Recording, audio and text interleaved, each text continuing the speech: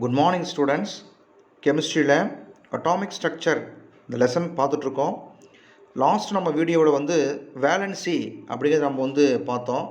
இந்த வேலன்சி அப்படிங்கிறதுக்கான ஒரு ஜென்ரலாக ஒரு சிம்பிளாக உங்களுக்கு ஒரு எக்ஸ்பிளைன் நான் கொடுத்துருந்தேன். உங்கள் புக்கில் நம்ம பார்க்குறதுக்கு முன்னாடி உங்களுக்கு ரொம்ப சிம்பிளாக ஈஸியாக எப்படி ஞாபகம் வச்சுக்கிறது, அதுக்கு பார்த்திங்கன்னா valency with respect to atoms. இதன் அடிப்படையில் valency with respect to hydrogen, chlorine and ஆக்சிஜனை பேஸ் பண்ணி எப்படி ஈஸியாக நம்ம கண்டுபிடிக்கலாங்கிறது நம்ம சிம்பிளாக நம்ம தெரிஞ்சுக்கிட்டோம். ஸோ இப்போ இதனுடைய கண்டினியூ நம்ம இப்போது பார்க்கலாம்.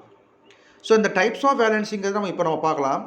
டைப்ஸ் ஆஃப் வேலன்சி என்ன அப்படின்னா, as we saw earlier, an atom will either gain or lose electrons in order to attain the stable electronic configuration. ஒன்றும் இல்லை, இப்போது அந்த ஆட்டம் அப்படிங்கிறது என்ன சொல்கிறது, ஆட்டம் ஒரு நிலைத்த தன்மையை பெறணுங்கிறதுக்காக என்ன செய்யுதுன்னா, ஒரு எலக்ட்ரானை கெயின் பண்ணும், இல்லைன்னா லாஸ் பண்ணும். அதாவது எதுக்காகனா stable electronic configuration. Stable electronic கான்ஃபிகரேஷனாக அந்த ஆட்டம் அப்படிங்கிறது தன்னுடைய நிலைத்த தன்மையை பெற வேண்டும், அந்த அணு ஒரு நிலையான தன்மையை பெற வேண்டும் அப்படிங்கிறதுக்காக எலக்ட்ரானை ஒன்று கொடுக்கும், இல்லைன்னா வாங்கும். இந்த ரெண்டில் ஏதாவது ஒன்று செய்யும். அப்போது in order to understand valency in the better way, it can be explained in two ways depending on whether an atom gains or loses the electron.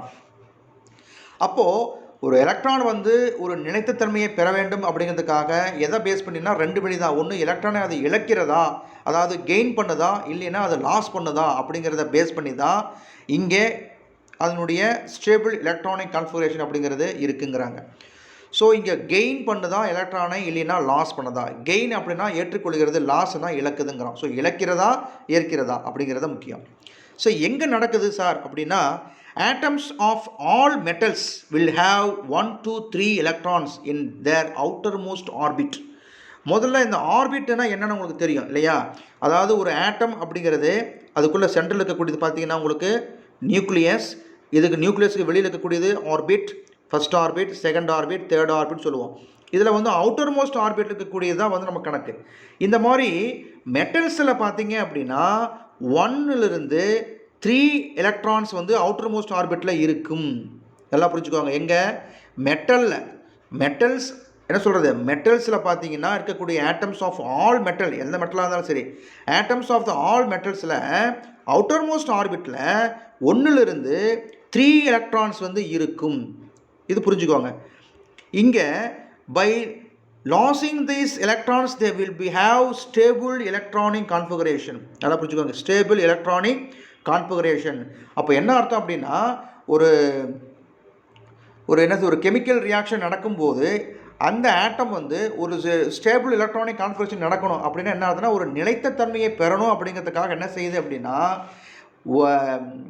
எலக்ட்ரானை என்ன செய்யுது, லாஸ் பண்ணுது. லாஸ் என்ன ஆகுதுன்னா இழக்குதுங்கிறாங்க. எலக்ட்ரானை செய்யுதுன்னா எலக்ட்ரானை இழக்கிறது. எங்கே அப்படின்னா ஆட்டம் மெட்டல்ஸில் பார்த்தீங்கன்னா எலக்ட்ரானை இழந்து அது நிலைத்த தன்மையை அந்த ஆட்டம் பெறுகிறது. So they lose them to other atoms in a chemical reaction and become positively சார்ஜுங்கிறாங்க. அப்போது 1லிருந்து 3 வரைக்கும் எலக்ட்ரானை என்ன செய்யுது அப்படின்னா இருக்கும், அந்த வெளிக்கூட்டில் இருக்குது.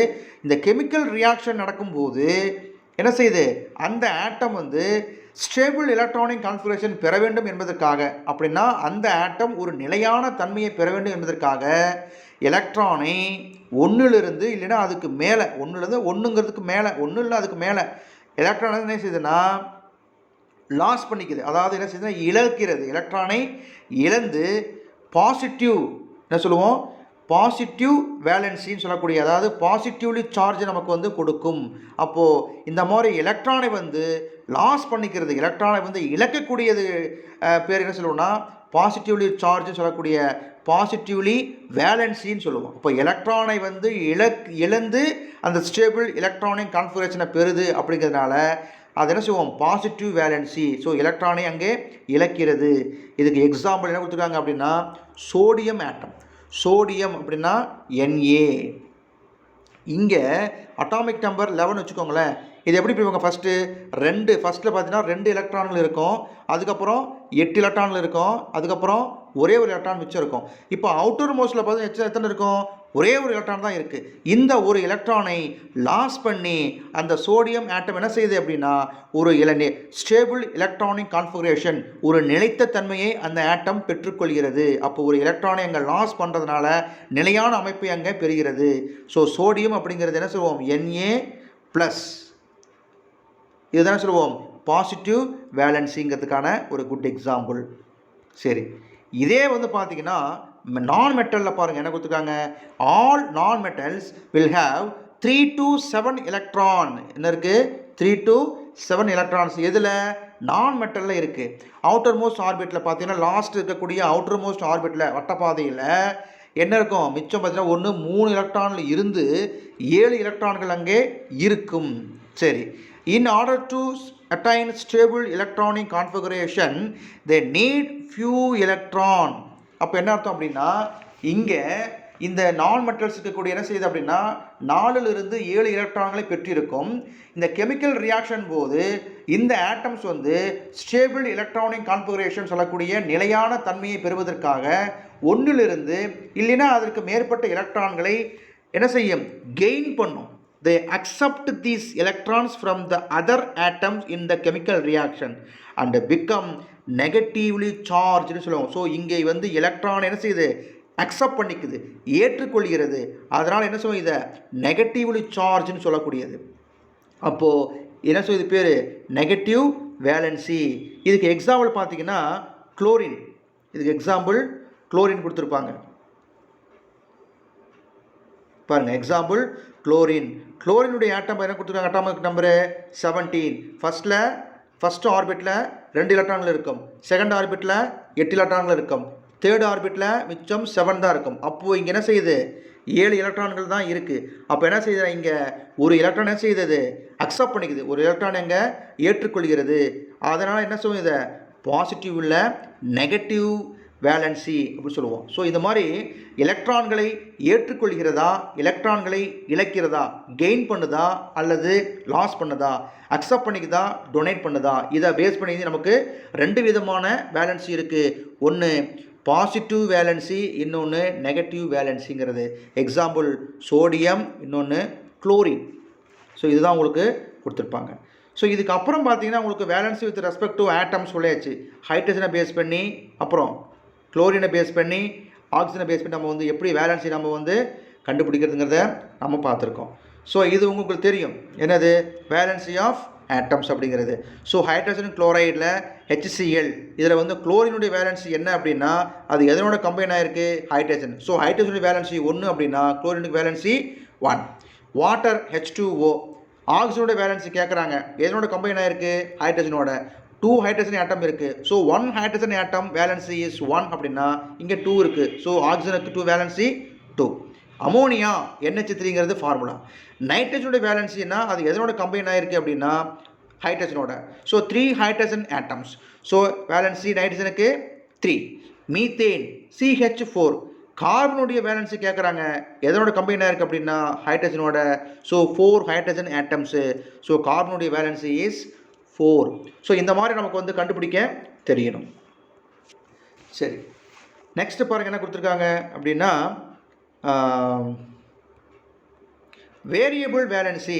சார் வேரியபிள் வேலன்சினா என்ன அப்படின்னா ஒரே ஆட்டம்ஸுக்கு பார்த்தீங்கன்னா some elements combined with atoms of other elements and form more than one productங்கிறாங்க. உங்களுக்கு தெரியும் இல்லையா? தனிமத்தில் இருக்கக்கூடிய ஆட்டம்ஸ்லாம் ஒன்று சேர்ந்து தான் நமக்கு என்ன கிடைக்குது? ஒரு ப்ராடக்ட், அதாவது ஒரு காம்பவுண்ட் நமக்கு உருவாக்குங்கிறது ஜென்ரலாக சொல்லுவோம். அப்போது அந்த ஆட்டம்ஸ்லாம் ஒன்று சேர்ந்து ஒன்றுக்கு மேற்பட்ட அந்த காம்பவுண்டை நமக்கு உருவாக்கும் போது அது ஒரு ஆட்டம் இன்னொரு ஆட்டத்தோட கம்பைன் ஆகக்கூடிய கெப்பாசிட்டி வந்து பார்த்திங்கன்னா எப்போவுமே எல்லாத்துக்கும் ஒரே மாதிரி இருப்பதில்லை. அப்போ ஒரே ஒரு ஆட்டத்துக்கு பார்த்திங்கன்னா 2 விதமான வேலன்சி இருக்கும். இப்போ கார்பனுக்கு 4ன்னு சொல்கிறோம், நைட்ரஜனுக்கு 3ன்னு சொல்கிறோம், ஆக்சிஜனுக்கும் 2ன்னு சொல்கிறோம், ஹைட்ரஜனுக்கு 1. அது வந்து கான்ஸ்டன்ட், ஹைட்ரஜனுக்கு 1 அப்படிங்கிறது. ஸோ இந்த மாதிரி சொல்கிறோம் இல்லையா? ஆனால் சில ஆட்டம்ஸ், சில எலமெண்ட் இருக்கக்கூடிய ஆட்டம்ஸு பார்த்தீங்கன்னா எப்படி இருக்குன்னா வேலன்சி வந்து 2 விதமான வேலன்சி இருக்கும் அப்படிங்கிறத சொல்கிறாங்க. ஸோ அது மாதிரி என்ன சொல்கிறாங்க அப்படின்னா எக்ஸாம்பிள் பாருங்கள் என்ன கொடுத்துருக்காங்க?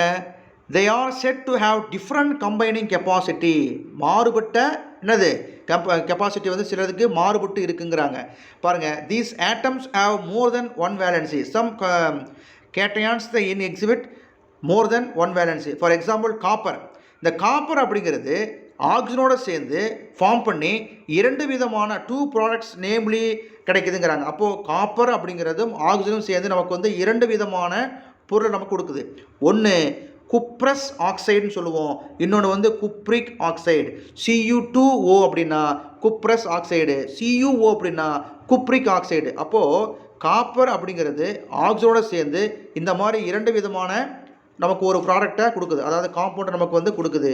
இதில் குப்ரஸ் ஆக்சைடுடைய வேலன்சி வந்து 1, குப்ரிக் வேலன்சி வந்து பார்த்திங்கன்னா 2 அப்படின்னு அர்த்தம். அப்போது இங்கே காப்பருக்கு வந்து இரண்டு விதமான வேலன்சி நமக்கு வந்து கிடைக்குது. ஒன்று வந்து 1 கிடைக்குது வேலன்சி, இன்னொன்று 2ங்கிற வேலன்சி நமக்கு வந்து கிடைக்குது. நல்லா புரிஞ்சுக்கோங்க, இது எல்லாத்துக்கும் இல்லை, வேரியபிள் வேலன்சிங்கிறாங்க. அதாவது மாறக்கூடிய வேலன்சி வந்து சிலதுக்கு மட்டும்தான் இருக்குது, எல்லாத்துக்கும் இல்லை. இந்த மாதிரி காப்பருக்கு, அயன் சொல்லக்கூடியதுக்கு, மெர்க்குரிக்கு, இது மாதிரி ஒரு சிலதுக்கு மட்டும்தான் நமக்கு வந்து கிடைக்கும். சரி, இந்த குப்ரஸ் அப்படிங்கிற பேர் எப்படி வந்துச்சு, குப்ரிக் அப்படிங்கிற பேர் எப்படி வந்துச்சுங்கிறத கொடுத்துருப்பாங்க பாருங்கள். இப்போது காப்பருக்கு வந்து இரண்டு விதமான வேலன்சி இருக்குது, 1ன்னு இருக்குது, இன்னொன்றுக்கு 2ன்னு இருக்குது. இங்கே 1ங்கிறது வந்து குப்ரஸ்ன்னு சொல்லுவோம், 2ங்கிறது வந்து குப்ரிக் அப்படின்னு சொல்லுவோம் இல்லையா. சரி, இப்போது இந்த ரெண்டுத்தில் வேலன்சி எதுக்கு கம்மியாக இருக்குதுன்னு பார்த்தீங்கன்னா இங்கே தான் கம்மியாக இருக்குது. அப்போ வேலன்சி வந்து எங்கே வந்து கம்மியாக இருக்குதோ அங்கே வந்து என்ன கொடுத்துருக்காங்க, ஹஸ் அப்படிங்கிறத சேர்த்திக்கணும். அதாவது அந்த பேருக்கு பின்னாடி ஹஸ், குப்ரஸ் அப்படின்னு சேர்த்திக்கணும். வேலன்சி வந்து எங்கே அதிகமாக இருக்குதோ அங்கே இக்கு சேர்த்திக்கணும், அதாவது குப்ரிக் அப்படின்னு பேர் வச்சுக்கணும். இந்த மாதிரி ஒரே ஒரு எலமெண்ட்டுக்கு இரண்டு விதமான வேலன்சி வரும்போது அதில் எதுக்கு வந்து ஒரு வேலன்சி கம்மியாக இருக்குதோ அங்கே வந்து அஸ்ன்னு சேர்த்தணும், வேலன்சி அதிகமாக இருக்கிறதுக்கு வந்து இக்குன்னு சேர்த்திக்கணும். அதனால தான் இது வந்து குப்ரஸ் ஆக்சைடு, குப்ரிக் ஆக்சைடுன்னு சொல்லி பேர் வந்துச்சுங்கிறாங்க. ஸோ இந்த மாதிரி உங்களுக்கு எக்ஸாம்பிள் வந்து கொடுத்துருக்காங்க. வேறு எதுக்கெல்லாம் வேரியபிள் வேலன்சி இருக்குது, மாறும் இணைதிறன்கள் வேறு எதுக்கெல்லாம் இருக்குதுன்னா பாருங்கள், காப்பர் ரெண்டு விதமான வேலன்சி இருக்குது, ஒன்று குப்ரஸ், இன்னொன்று குப்ரிக். வேலன்சி இதுக்கு 1, இதுக்கு வந்து 2. அயனில் பார்த்தீங்கன்னா ரெண்டு விதமாக இருக்குது, ஒன்று வந்து ஃபெரஸ், இன்னொன்று வந்து ஃபெரிக் அப்படிங்கிறது. ஃபெரஸ்க்கு வேலன்சி 2, ஃபெரிக் வேலன்சி வந்து 3. மெர்க்குரி பார்த்தீங்கன்னா மெர்க்குரஸ், மெர்க்குரிக் அப்படிங்கிறோம். மெர்க்குரஸ் அப்படிங்கிறதுக்கு வேலன்சி 1, மெர்க்குரிக் வேலன்சி 2. நல்லா புரிஞ்சுக்கோங்க, வேலன்சி கம்மியாக இருந்தால் ஹஸ்ஸு, வேலன்சி அதிகமாக இருந்தால் இக்கு, ஞாபகம் வச்சுக்கோங்க. டின் வந்து பார்த்தீங்கன்னா ஸ்டெனஸ் அப்படின்னு சொல்லுவோம். ஸ்டெனஸ் பற்றி வேலன்சி 2, ஸ்டெனிக் அப்படிங்கிற வேலன்சி 4. ஸோ இந்த மாதிரி மெட்டல்ஸில் இருக்கக்கூடிய வேரியபிள் வேலன்சிஸ் அப்படிங்கிறது இந்த டேபிள் காலம் உங்களுக்கு நல்லா புரிஞ்சிருக்கும், ஞாபகம் வச்சுக்கோங்க. ஸோ நமக்கு வந்து வேலன்சி, டைப்ஸ் ஆஃப் வேலன்சி நம்ம என்னென்னு பார்த்துட்டோம். அதுக்கப்புறம் பார்த்தீங்கன்னா ஆட்டம்ஸை பேஸ் பண்ணி எப்படி வேலன்சி நம்ம வந்து கால்குலேட் பண்ணுறதுங்கிறத பார்த்துட்டோம். அதே மாதிரி வேரியபிள் வேலன்சி என்னங்கிறத நமக்கு வந்து பார்த்துருக்கோம். ஸோ இதனுடைய கண்டினியூவை நெக்ஸ்ட் வீடியோவில் பார்க்கலாம். தேங்க்ஸ்.